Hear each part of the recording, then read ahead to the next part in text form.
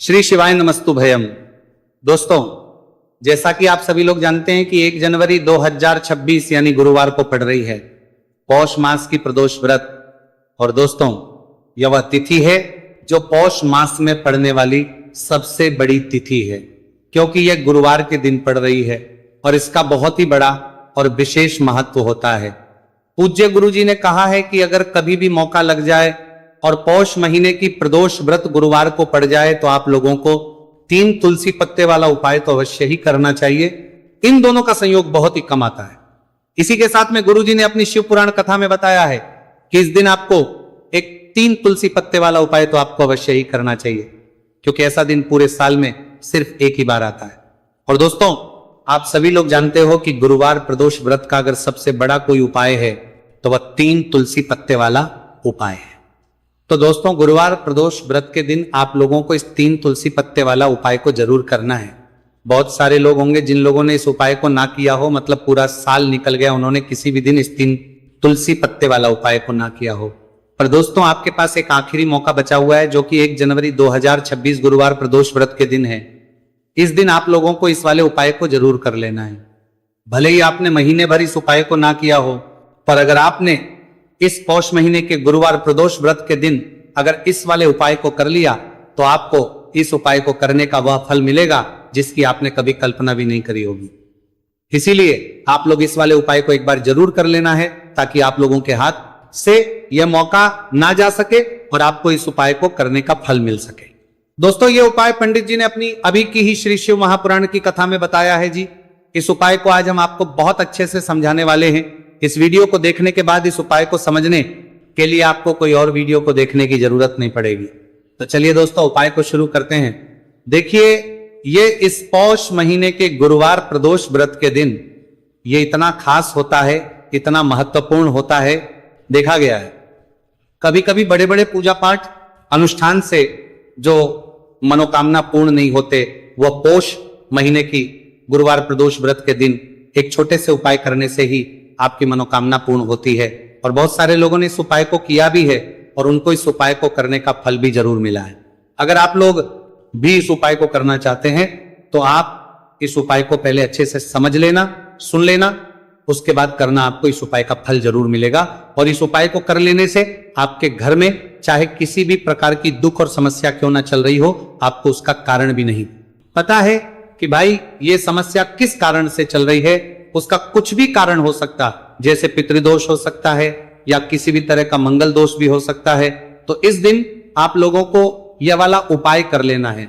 ये एक ऐसा उपाय है जिस उपाय को अगर किसी विशेष दिन पर किया जाए तो भाई उस विशेष दिन का जो है वो तो हमें मिलता ही मिलता है, पर हमने उस दिन पर इस उपाय को किया है तो हमें उससे भी बड़ा फल मिलता है और फल बहुत जल्दी मिलता है, क्योंकि आप इस उपाय को बहुत ही बड़े और विशेष दिन पर कर रहे हो।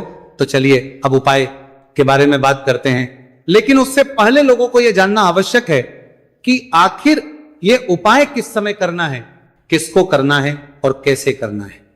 तो चलिए हम आगे आपको वीडियो में एक एक करके बता देते हैं। लेकिन उससे पहले अगर आप लोग हमारे चैनल पर पहली बार आए हैं या फिर मेरी आवाज आज पहली बार सुन रहे हैं तो हमारे चैनल को सब्सक्राइब जरूर कर लेना और इस सब्सक्राइब जरूर कर लेना।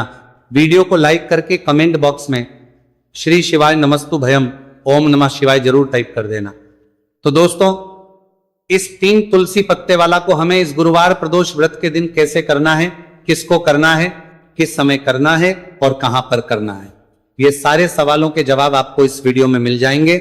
और जो ये वीडियो देखेगा भाई, उसको 3 तुलसी पत्ते वाला उपाय जरूर करना चाहिए, क्योंकि इस दिन एक तुलसी पत्ते का भी बहुत ही बड़ा और विशेष महत्व होता है। और जब बात आ जाए 3 तुलसी पत्ते वाला उपाय की, तो यह सोने पे सुहागा वाली बात हो जाती है और ये एक बहुत ही बड़ा हो जाता है इस गुरुवार प्रदोष व्रत का। तो अब दोस्तों, इस 3 तुलसी पत्ते वाला उपाय को आखिर करना किसको है, सबसे पहले हम लोग वो बात जान लेते हैं। तो देखो, घर की जो बड़ी माताएं बहनें होती हैं, उन माताओं बहनों में से कोई भी एक बड़ी माता बहन इस वाले उपाय को कर सकती है। और दोस्तों, अगर आप चाहें तो अपने घर में से सभी सदस्यों को भी इस उपाय को करवा सकते हैं। अगर किसी व्यक्ति की खुद की कोई मनोकामना है खुद की कोई दुख और परेशानी है कि वो अपने लिए ही करना चाहता है इस वाले उपाय को, तो वो खुद अपने लिए भी कर सकता है। बाकी अगर कोई घर में से ऐसा है जो कि अपने पूरे घर परिवार की सुख और शांति के लिए ये वाला उपाय करना चाहता है, तो भाई वो भी कर सकता है, उसमें भी कोई दिक्कत वाली बात नहीं है।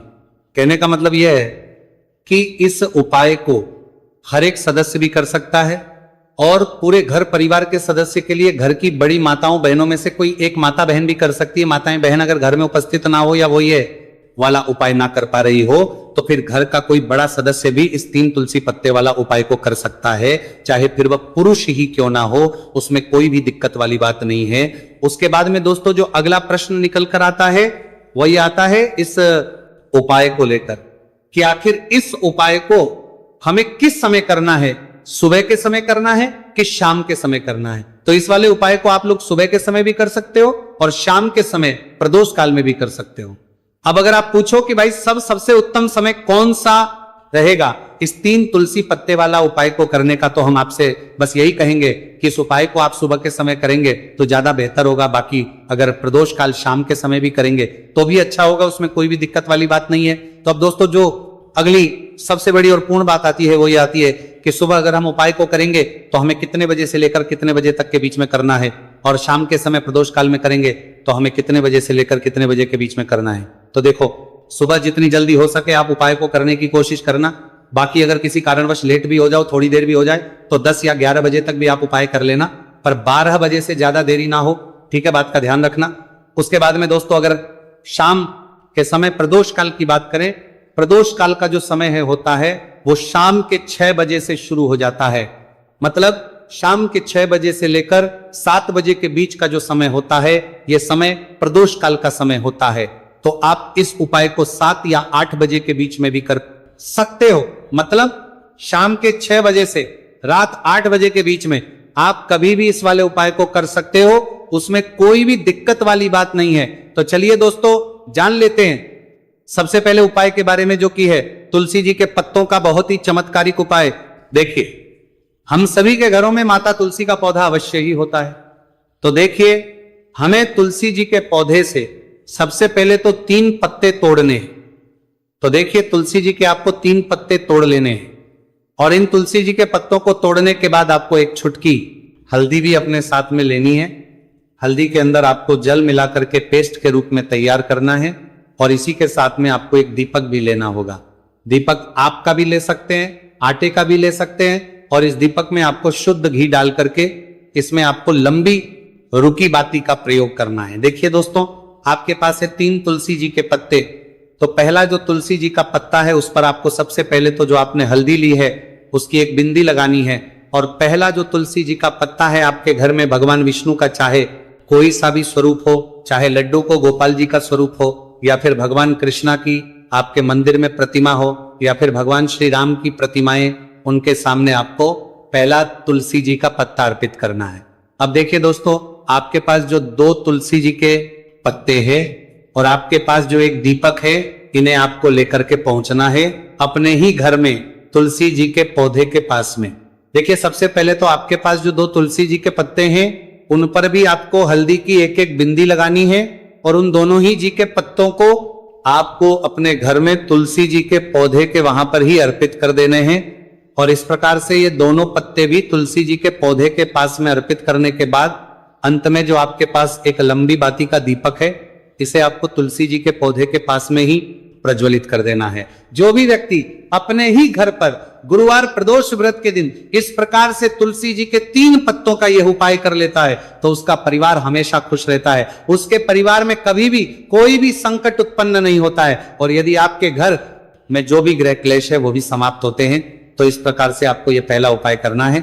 अब दोस्तों हम जान लेते हैं दूसरे उपाय के बारे में। देखिए, इस उपाय को करने के लिए भी आपको मात्र 1 लोटा शुद्ध जल लेना है तांबे के पात्र के अंदर, और इसी के साथ में आपको एक प्यारी सी और सुंदर सी बेलपत्र ले ली है।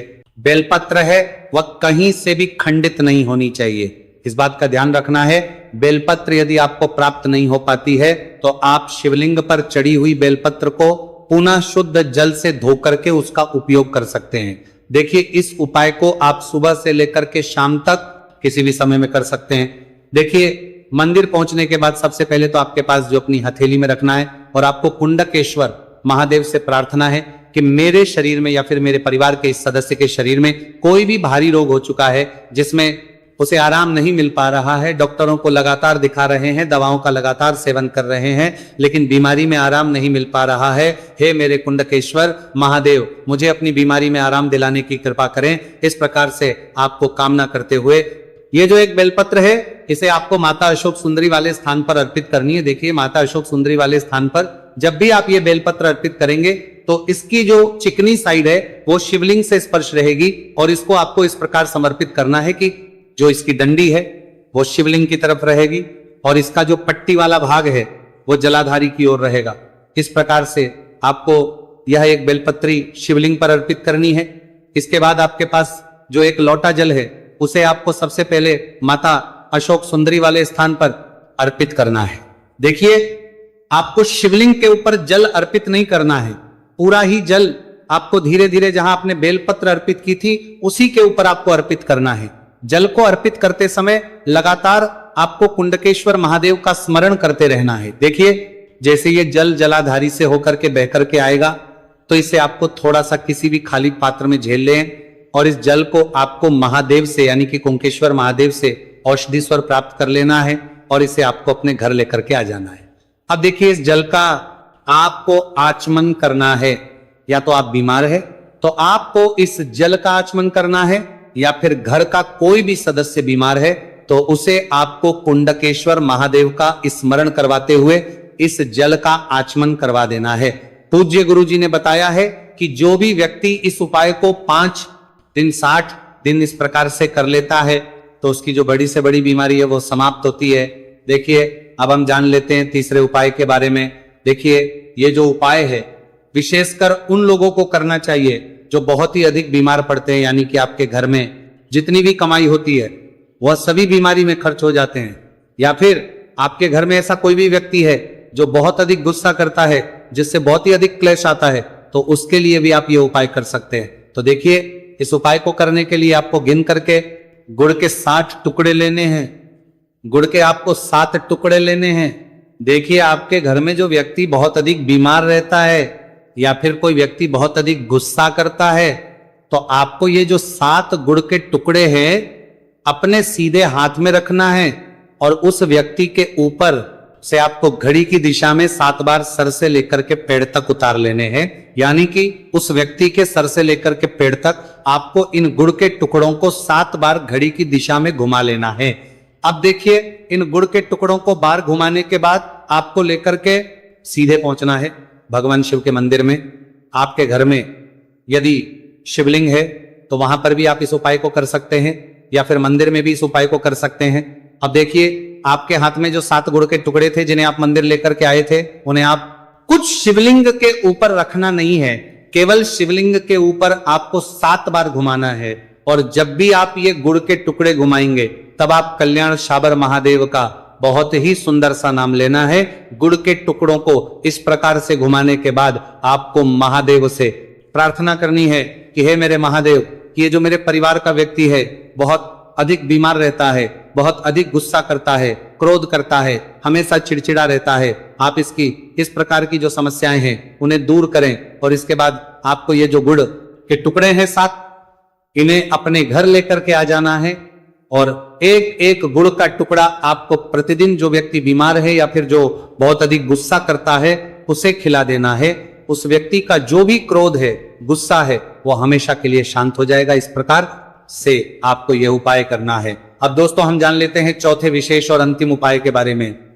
देखिए, इस उपाय के लिए भी आपको मात्र एक लोटा शुद्ध जल लेना है तांबे के पात्र के अंदर। अब देखिए, इसी के साथ में आपको एक चुटकी हल्दी लेना है, आपको जो है वो पीसी हुई लेनी है और इस हल्दी के अंदर आपको थोड़ा सा जल मिला करके एक पेस्ट के रूप में तैयार कर लेना है। अब देखिए, इसी के साथ में आपको एक दीपक ले लेना है। दीपक आप चाहें तो मिट्टी का भी ले सकते हैं, शुद्ध आटा बनकर उसका भी दीपक तैयार कर सकते हैं। इस दीपक के अंदर आपको लंबी रूखी बाती का प्रयोग करना है और दीपक के अंदर आपको शुद्ध घी का प्रयोग करना है। इस प्रकार से आपको एक दीपक भी तैयार कर लेना है। देखिए, यह उपाय विशेषकर उन लोगों को करना है जिनकी कोई भी ऐसी मनोकामना है जो अभी तक परिपूर्ण नहीं हो पाई है, उन्होंने कई प्रकार के व्रत कर लिए हैं, कई प्रकार के उपाय कर लिए हैं, कई प्रकार के टोटके कर लिए हैं, मनोकामना परिपूर्ण नहीं हो पाई है, तो आपको यह उपाय इस गुरुवार के दिन करना है। देखिए, सबसे पहले तो आपने जो ये जितनी भी सामग्रियां ली हैं, इन सभी को लेकर के आपको पहुंचना है बेलपत्र के वृक्ष नीचे। देखिए, बेलपत्र के वृक्ष के नीचे जो मिट्टी होती है, सबसे पहले तो आपको वहां पर इस 1 चुटकी हल्दी से स्वास्तिक का निर्माण करना है। अब देखिए, आपने जो ये हल्दी का स्वास्तिक बनाया है, इसी के ऊपर आपको जो एक दीपक है लंबी बाती का, उसे भी रख देना है। ध्यान रखिए, इस दीपक की जो बाती है उसका मुख आपको उत्तर दिशा की ओर रखना है। इस प्रकार से आपको यह दीपक भी बेलपत्र के वृक्ष के नीचे रख देना है। इस प्रकार से आपको यह दीपक बेलपत्र के वृक्ष के नीचे प्रज्वलित कर देना है। अब देखिए, अंत में जो आप एक लोटा शुद्ध जल लेकर के आए हैं, उसे आपको अपने सीधे हाथ में रखना है और आपको महादेव से, माता पार्वती से प्रार्थना करनी है। देखिए, बेलपत्र के वृक्ष के नीचे किए जाने वाला यह सबसे चमत्कारिक उपाय है। तो देखिए, आपकी किसी भी प्रकार की मनोकामना है, चाहे धन प्राप्ति को लेकर हो, व्यापार कर हो, नौकरी को लेकर हो, विवाह को लेकर हो, किसी भी प्रकार की मनोकामना है, तो उसे आपको महादेव से तथा माता पार्वती से परिपूर्ण करने की प्रार्थना करनी है। और यह जो जल है, इसे आपको अपने सीधे हाथ में लेना है और बेलपत्र के वृक्ष में आपको अर्पित कर देना है। ये जो जल है, इसे आपको 7 बार में ही बेलपत्र के वृक्ष में अपने सीधे हाथ की हथेली से अर्पित कर देना है।